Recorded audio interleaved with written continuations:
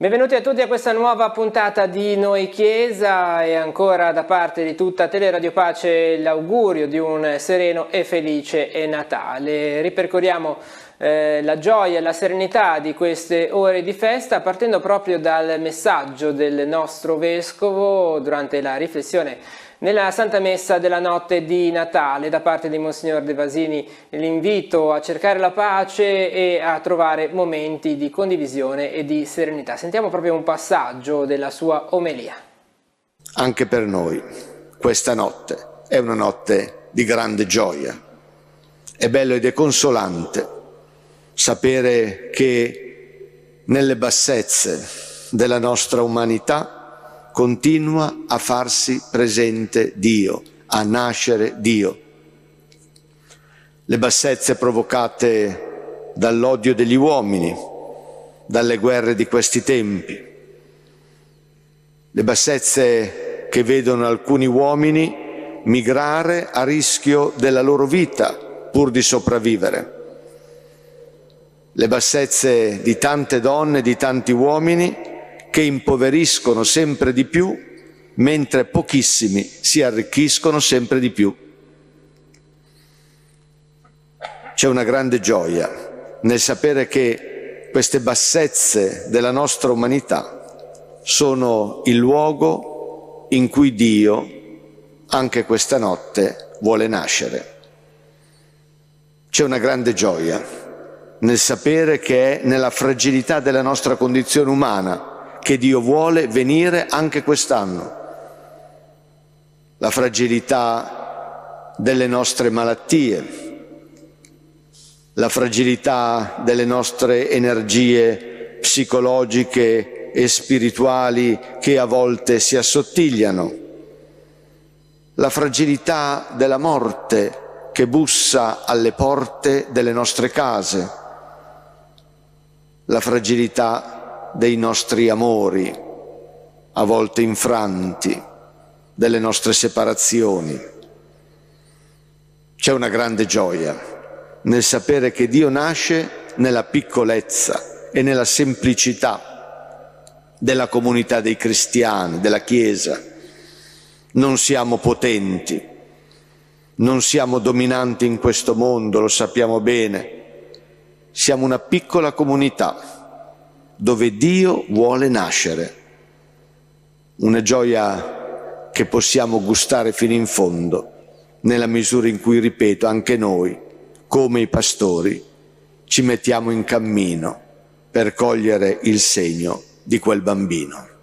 E abbiamo vissuto la gioia del Natale anche nei giorni immediatamente precedenti, proprio al 25 di dicembre. Un'occasione speciale di consolazione e di speranza è stata la celebrazione per le persone detenute nella casa di reclusione di Chiavari, per il personale di servizio e i volontari, ma anche per i detenuti. Monsignor De Vasini ha presieduto la Santa Messa. Da parte del pastore della diocesi l'invito a fidarsi di Dio. Sentiamo ancora le sue parole.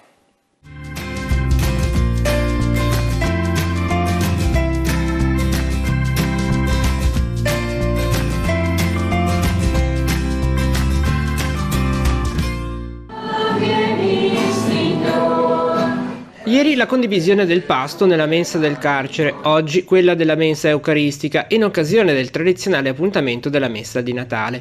Doppia presenza del vescovo di Chiavari nella casa di reclusione chiavarese, dove insieme ai volontari che operano all'interno della struttura ha voluto portare la vicinanza della comunità diocesana a chi si trova recluso per scontare la propria pena.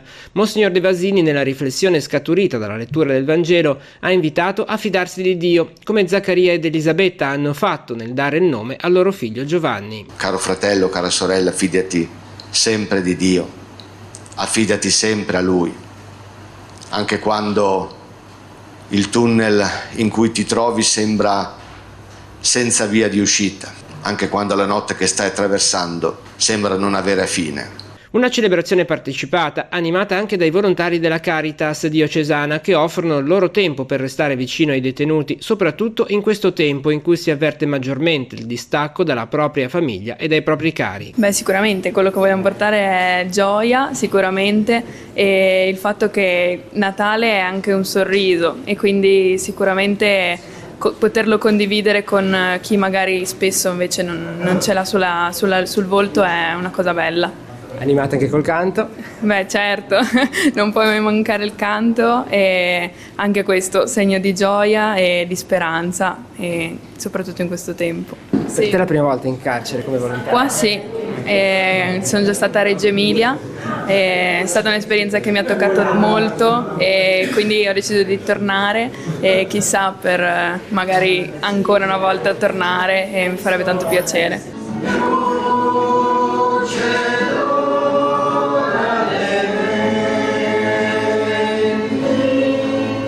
È un tempo particolarmente prezioso quello che stiamo vivendo anche all'interno della nostra casa di reclusione di Chiavari. Abbiamo vissuto il tempo dell'attesa con una preparazione all'interno dell'Avvento. Le persone che sono detenute qui all'interno, come sempre, hanno preparato i presepi e tutti gli addobbi all'interno della zona detentiva e non solo, e qui nella nostra cappella. E poi abbiamo fatto un percorso nel tempo dell'Avvento anche proprio di accompagnamento verso quello che è la luce che questa festa per noi cristiani rappresenta, ma per tutti rappresenta. Ed è sicuramente un tempo molto atteso, anche vissuto. Abbiamo celebrato il sacramento della penitenza, il sacramento della confessione con diversi di loro, e poi è stato anche bella la preparazione di quello che è il momento della messa col vescovo. Ieri il nostro vescovo ha partecipato anche al pranzo di Natale organizzato da Sant'Egidio insieme ai detenuti, e oggi la celebrazione dell'Eucarestia in vista del Natale è un momento che è per tutti noi benedizione e condivisione di gioia, anche se in un percorso così doloroso come quello del carcere. C'è la sofferenza di essere distanti da casa, di essere distanti dai propri affetti, e questa è una sofferenza da una parte e dall'altra, ma c'è anche, come dire, la possibilità di poter donarci una parola di luce, un gesto di conforto, un gesto di vicinanza che comunque può aiutare a fare un percorso per ognuno di noi di benedizione, ecco. Si è concluso anche il Giubileo l'anno scorso, l'apertura della Porta Santa Rebibbia di Papa Francesco. Il Giubileo cosa ha portato nel carcere di Chiavari? Ma ci siamo confrontati con le persone che sono detenute qui dentro sul percorso giubilare, abbiamo avuto anche dei segni vissuti all'interno. È certo un richiamo, quello del Giubileo, che poi è un richiamo alla conversione. Poi alla fine il Giubileo ci richiama a quello che è il vivere da figli di Dio, il vivere da cristiani per noi. E quindi per noi è stato semplicemente un lasciarci accompagnare anche dai segni che il Papa ci ha proposto e che la nostra diocesi ci ha proposto, in modo da poter anche cogliere quelle testimonianze di bene che ci aiutano a fare un passo avanti verso la nostra conversione.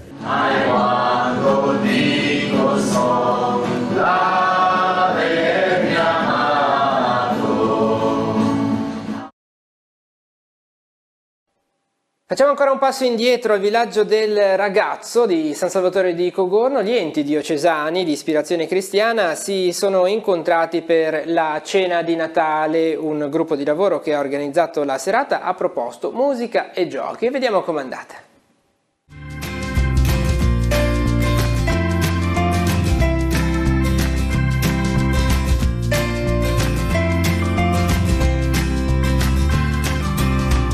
Oltre 200 persone hanno aderito all'edizione 2025 della cena di Natale dei lavoratori e delle lavoratrici delle opere diocesane, un gesto che è più di una cena. Innanzitutto perché parte da lontano, da un percorso di formazione dei dipendenti, ma soprattutto dal desiderio di incontrarsi, di conoscersi, di mettere a fattor comune le esperienze nei campi dell'educazione, della formazione, della comunicazione, dei servizi alla persona, dell'inclusione sociale e lavorativa, dei servizi sociosanitari, dell'accoglienza, dell'ascolto e della competenza. Tutte le persone che fanno parte del nostro gruppo hanno deciso di partecipare a questa serata, e ringraziamo ancora davvero di cuore tutti coloro che hanno collaborato per rendere possibile questa serata, Don Paolo che ha reso disponibile i locali del villaggio, e comunque tutte le associazioni che davvero si sono prodigate e si prodigano per far sì che le aspettative dei nostri concittadini siano sempre realizzate e che quindi possiamo sempre più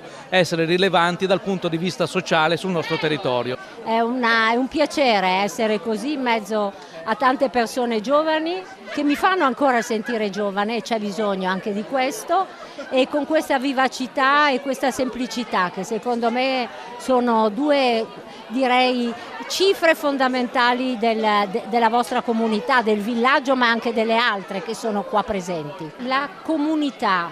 La comunità allargata il più possibile è quella che ancora ci fa confrontare col noi. Viviamo in una società che è fortemente digitale e che ci porta giocoforza a cavalcare la solitudine. Il fatto di ritrovarci e di veramente, in questo caso, gestire il noi è fondamentale per il bene non solo della comunità, ma della società globale. Sentiero di Arianna, Villaggio del Ragazzo, Ente Forma, Telepace, Accademia del Turismo, Centro Acquarone, Centro Chiarella, Consorzio Tassano, Acli, Centro Costa Zenoglio, Istituto Giannelli Campus sono un bene prezioso per il territorio e da qualche anno stanno imparando a costruire la comunione e la collaborazione reciproca. Sono momenti veramente conviviali che ci uniscono il villaggio, il Consorzio Tassano, Telepace. Questa è la cosa più bella. È un modo per stare insieme in semplicità, di viverlo veramente nella pace del Natale, che auguriamo davvero di cuore a tutti e a tanti che in questo momento sono in fatica. Stiamo raccontandoci le vicende della nascita e anche i momenti dove abbiamo visto la provvidenza, ed è bello perché troviamo delle analogie nella storia di Tassano, del villaggio di Telepace, e allora questo dà speranza perché poi non è roba nostra. Quindi l'augurio più grande è che questo spirito continui. Sono serate da promuovere. Sì, assolutamente. Sono importanti. Ognuno opera nei propri ambiti e momenti di incontro ci fanno anche apprezzare il lavoro degli altri, il lavoro di tutti, il lavoro di una comunità. La serata si è snodata attraverso musica con una band d'eccezione, giochi proposti a tutti e ovviamente la cena, il tutto organizzato da un gruppo di lavoro ormai collaudato. Diciamo c'è un gruppo di lavoro che si vede con regolarità, quindi abbiamo imparato negli anni a conoscerci di più, che è la cosa diciamo più bella anche che possiamo festeggiare con questo Natale, e quindi conoscerci, apprezzarci reciprocamente aiuta anche a lavorare insieme, a costruire cose belle, cose grandi, facendo via via anche meno fatica, ed effettivamente ci sentiamo anche un po' tutti a casa, no? Il villaggio è l'ente che ci ospita questa sera, però lo spirito comunque di solidarietà e di come dire, voglia di includere gli altri e di sentirsi anche inclusi ci accomuna. Cosa che mi ha divertito molto per varie ragioni. Intanto perché ho visto gli altri divertirsi e questo è la cosa che mi ha dato più gioia. Poi perché abbiamo creato un bel gruppo con le persone con cui abbiamo preparato i giochi e questo è un valore aggiunto. E poi perché mi pare che la serata sia andata bene, quindi direi che sì, assolutamente sì. L'auspicio è che la comunione cresca e con la comunione anche la possibilità di costruire reti di cui possano beneficiare le persone, le comunità e il territorio. Sì, diciamo che tante volte ci si incontra per motivi lavorativi pratici, ma in questa è l'occasione che magari che si va oltre la scrivania, oltre lo sportello, oltre il momento di lavorare insieme, ma una conoscenza più approfondita umana dove ci si scambia proprio di più sul lato umano, il proprio lavoro e la propria relazione. Ecco, tentiamo Don Paolo negli auguri di fare qualche ringraziamento, a cominciare dalla cucina del villaggio a chi ha servito, insomma diamoci una mano. Ma intanto il primo ringraziamento è al gruppo dei diversi lavoratori e diversi enti di ispirazione cattolica, che è diventato ormai un gruppo che cui si pensano le proposte, si organizzano gli eventi ed è fatto da tutti gli enti, quindi già questo segno di comunione tra le diverse realtà, quindi loro sono quelli che poi mettono in atto, in pratica ciò che hanno pensato. Quindi il primo ringraziamento va a loro, alle varie realtà e poi a tutti quelli che stasera hanno aiutato il gruppo, diciamo, di lavoro perché la dimensione è ancora più grande, quindi veramente tutti quanti. Ringraziamo anche la band che sta animando, che ha pensato ai giochi, insomma tutto perché non è una semplice cena, ma veramente ci sono anche dei momenti ludici in modo da poter veramente anche esprimere un po' al di là del semplice mangiare. Nel percorso di avvicinamento verso il Natale anche le comunità migrantes della diocesi di Chiavari si sono riunite in seminario per uno scambio di auguri insieme al vescovo e per condividere pietanze e sapori di ciascun paese, un momento di festa e di condivisione. Siamo andati a vedere.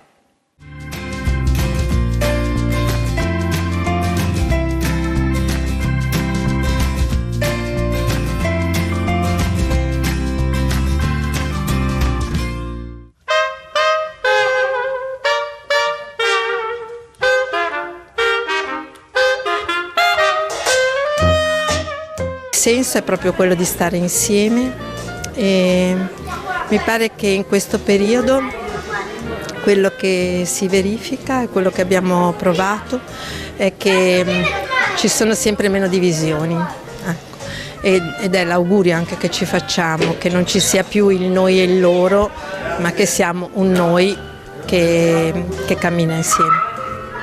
La tavola è anche uno strumento che unisce, abbiamo visto sulle tavole le tavole imbandite di tante specialità che parlano ciascuna anche di una diversa nazionalità. Le tavole parlano tante lingue, però assaporiamo tutti insieme. Ci sono tradizioni diverse e la cosa bella è che secondo me è che ciascun paese è molto orgoglioso di presentare i propri piatti e le proprie tradizioni, perché in fondo questa è un po' la storia di tutti, no? Cioè noi tutti siamo come gli alberi, con tanti rami all'esterno, ma con delle radici molto profonde, che sono le radici delle nostre origini. Quante comunità sono rappresentate qua? Qui oggi sono rappresentate 6 comunità, e ce ne sono anche molte altre che speriamo di riuscire a ricoinvolgere, perché l'anno scorso c'erano, quest'anno a volte insomma, come dire, si va e si viene, ecco. Però abbiamo un territorio che ha tantissime comunità straniere e sarebbe molto bello anche riuscire in qualche modo a conoscerle un po' tutte, però è un po' difficile uscire dalle proprie modalità, dalle proprie fatiche e buttarsi, perché se non ci si conosce, a volte anche la lingua è uno strumento che non è, tante persone non parlano bene l'italiano, quindi magari si sentono più in difficoltà. Invece magari questa è l'occasione per dire a tutti che cerchiamo di parlare anche tante altre lingue e quindi ci possiamo stare tutti. Ognuno porta qualcosa o cucina qualcosa e ci facciamo gli auguri di Natale mangiando insieme, ma anche dicendo poi ciascuno un po' le proprie tradizioni e portando anche qualche canto, qualche danza, qualche pensiero anche. Quest'anno con qualcuno abbiamo anche fatto un correttino e quindi proporremo anche qualche canzone di Natale. Rita ci presenta Victoria, come vi siete conosciute? Ci siamo conosciute nel 2022 quando Victoria è venuta da Odessa. No, a Kherson. Scusami. Regione, Kherson, regione. Con i suoi figli e con la fidanzata di suo figlio. Sì, prima inizia quando inizia la guerra siamo arrivati in Italia.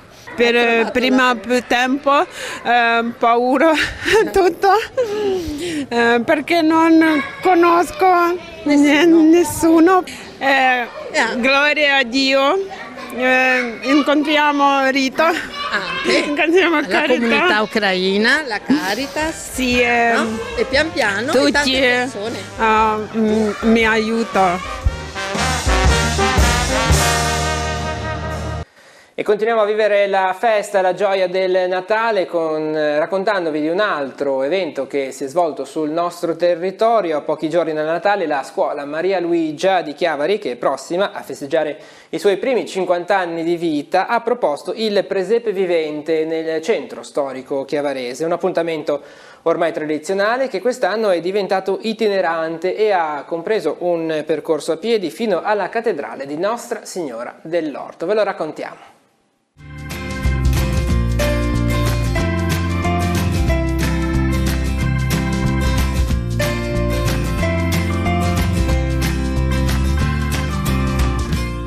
Si sono radunati davanti alla chiesa di San Giacomo di Rupinaro. C'erano i bambini e le bambine della scuola dell'infanzia, quelli della primaria, i ragazzi e le ragazze della secondaria di primo grado della scuola Maria Luigia di Chiavari, che da alcuni anni organizza un presepe vivente unico nel suo genere, pensato dagli insegnanti, sostenuto dai genitori, animato da centinaia di bambini e soprattutto capace di attrarre l'attenzione di tutta la città. Tanti, tantissimi, eppure ciascuno prezioso. I bambini e le bambine della scuola, che erano angeli, pastori, pecore, tutti insieme, si sono diretti nel cuore del centro storico di Chiavari, ascoltando il racconto della nascita di Gesù e proponendo canti. Non solo una rievocazione, non solo una rappresentazione, ma il racconto di un fatto accaduto 2000 anni fa.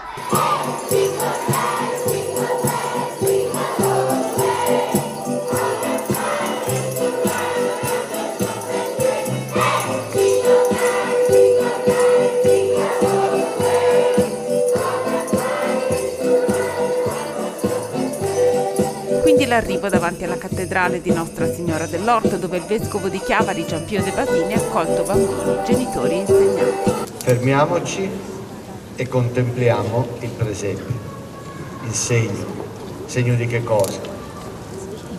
Segno di un Dio che è amore e che per amore si è fatto uno di noi, è morto ed è risorto e ci accompagna ogni giorno. E quindi siamo in buone mani. Il tema di quest'anno per la scuola, per il Maria Luigia, è in cerca del vero, quindi tutti i ragazzi, tutte le famiglie, tutti gli insegnanti che partecipano alla scuola sono in cerca di questo vero. E il vero, non c'è niente di più vero di quello che 2000 anni fa si è fatto carne, quindi oggi troviamo risposta alla nostra ricerca che è tra i banchi di scuola e dura per tutto l'anno.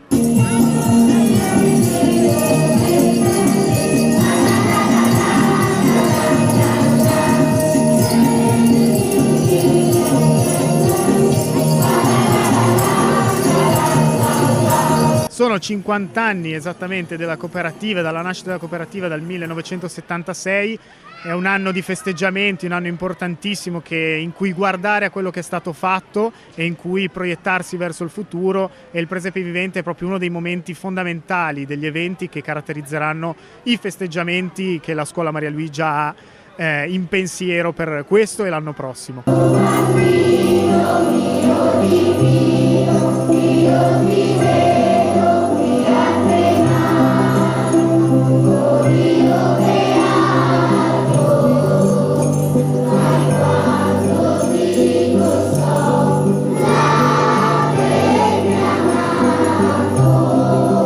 Ci siamo accorti che per veramente portare l'avvenimento della nascita di Gesù nella città di Chiavari, la forma più bella era proprio farlo itinerante, passare tra i caruggi, tra le vie di Chiavari e come una sorta di passerella lasciare che la gente ci guardi e sorridendo saluti i bambini e anche ci faccia una foto, un video. Vediamo che questo piace, è un modo che ci rende partecipi della città di Chiavari. Oggi è solo una piccola tappa di un lunghissimo percorso che noi facciamo insieme alle famiglie, perché per noi il percorso educativo che facciamo a scuola non può che essere condiviso con l'altra parte educativa fondamentale per i bambini e per i ragazzi, che sono proprio le famiglie.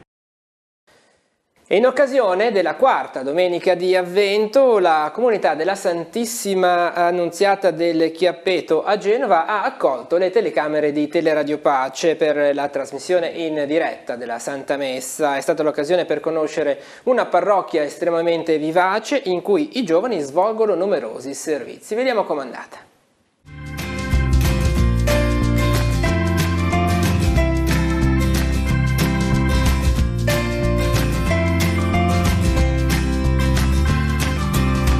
Com'è questa comunità parrocchiale? È una comunità molto, molto piccola, intendo piccola non come aggettivo, no? Ma secondo il Vangelo.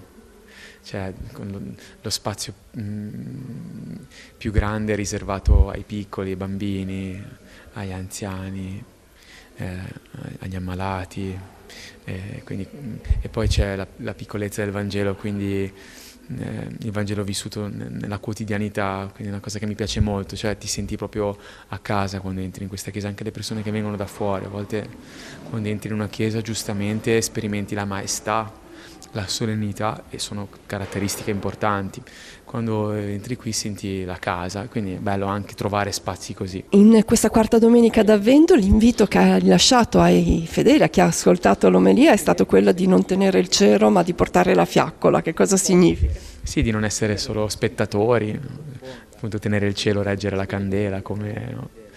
Quando sei con due che vedi che si guardano in modo unico, dici forse sono di troppo, il terzo è incomodo, invece essere protagonisti nella propria vita, lasciando entrare Dio, che è colui che alza un po' l'asticella a volte, no? Che sennò rischiamo di vivere la spiritualità dell'anche meno, invece anche più, quindi essere questi testimoni sempre nelle cose concrete, no? E quindi portare luce agli altri.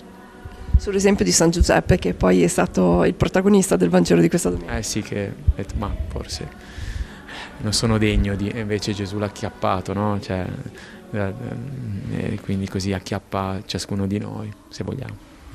Questa comunità condivide anche l'impegno di Radio Fra le Note, che compie 12 anni. Che significato ha avuto per la comunità del Gaslini, ma diciamo per tutti coloro che hanno potuto fruire di questo strumento, il fatto di avere una radio? È importante perché lo stile appunto della radio è quello di portare, di tenerti compagnia, e in certi momenti ti senti un po' solo, no? Nella sofferenza, nella fatica, e quello che mi ha sempre trasmesso questa possibilità è proprio non lasciare sole le persone, e quindi è bello, no? Anche qualche settimana fa appunto una bambina che stava vivendo un momento difficile perché un lungo ricovero in ospedale, diceva, tu quando c'è la radio ti devi sentire dentro come una stanza che non è all'ospedale. Scegli tu la tua cameretta, oppure su un palcoscenico, o a vedere il concerto del tuo cantante preferito, un momento di arte. Quindi portare la normalità dove non c'è normalità, perché un ospedale per i bambini non dovrebbe esistere, no? Cioè, se ci pensi, la malattia dei bambini poi esiste, ok. Quindi portare la normalità. Abbiamo visto tanti ragazzi animare anche la messa. Come si fanno a avvicinare i giovani anche attraverso gli strumenti nuovi, gli strumenti social, tutto quello che è comunicazione?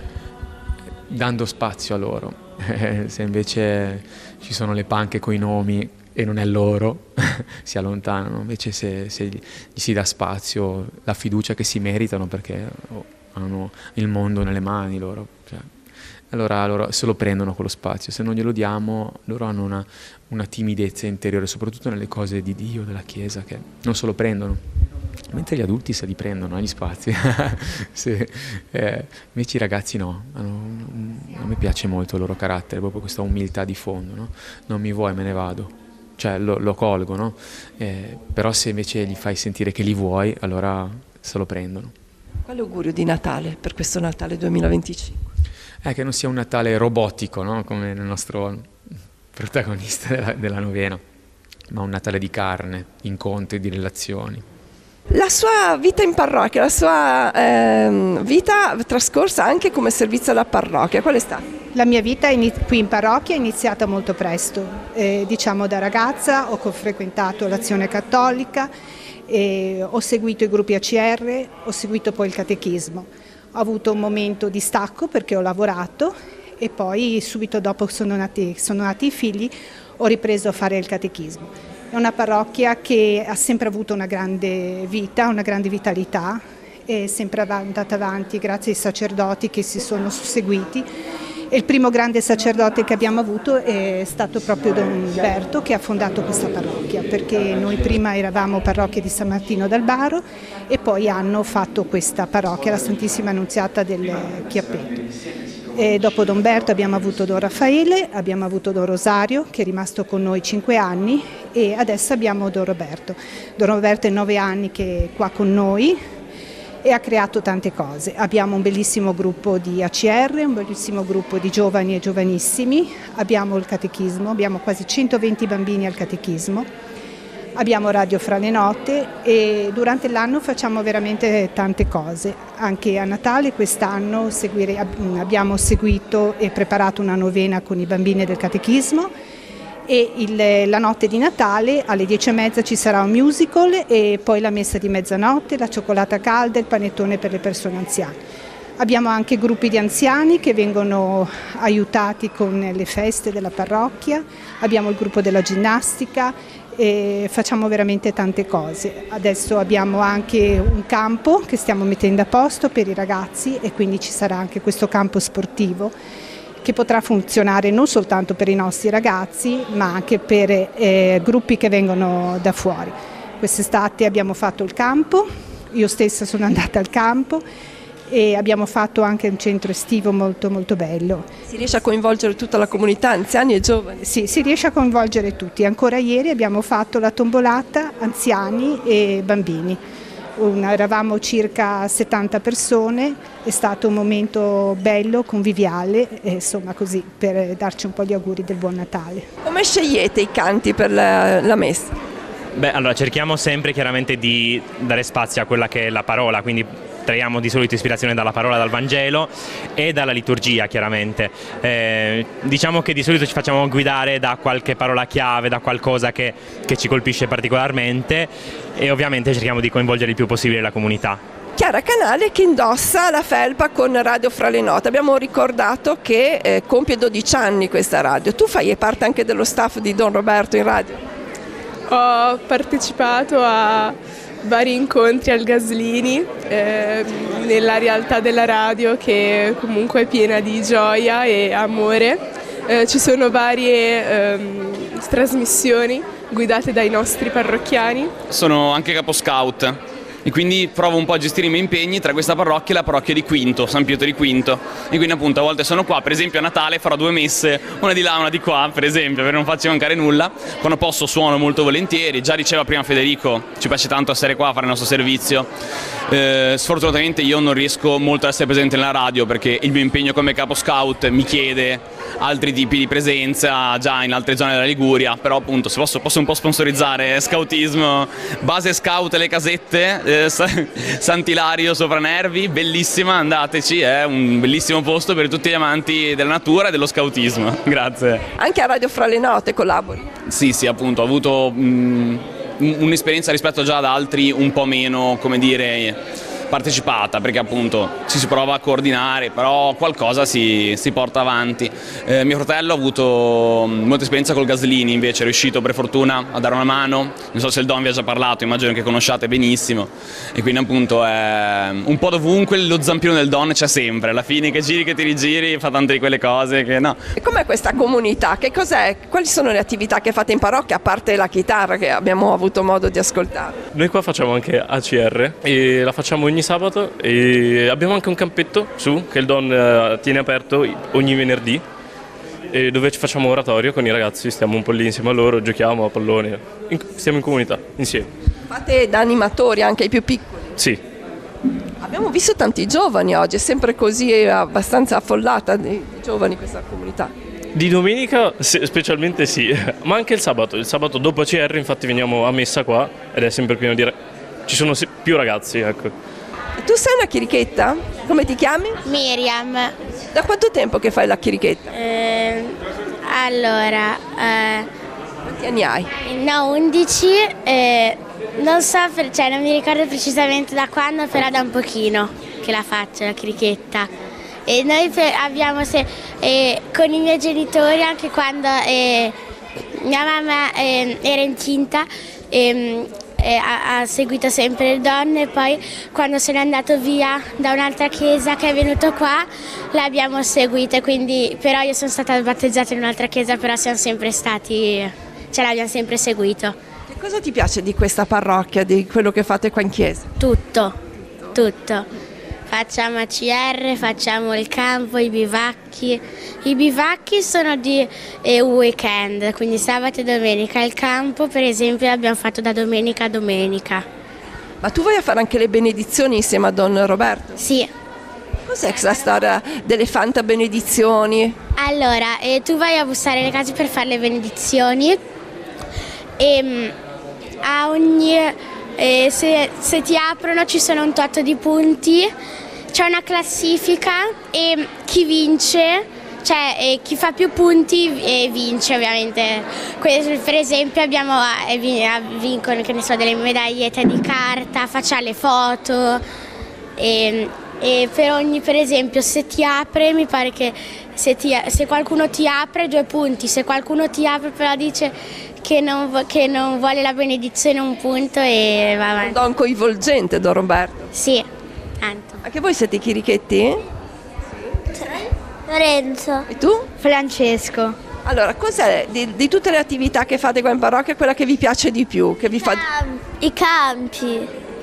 TikTok.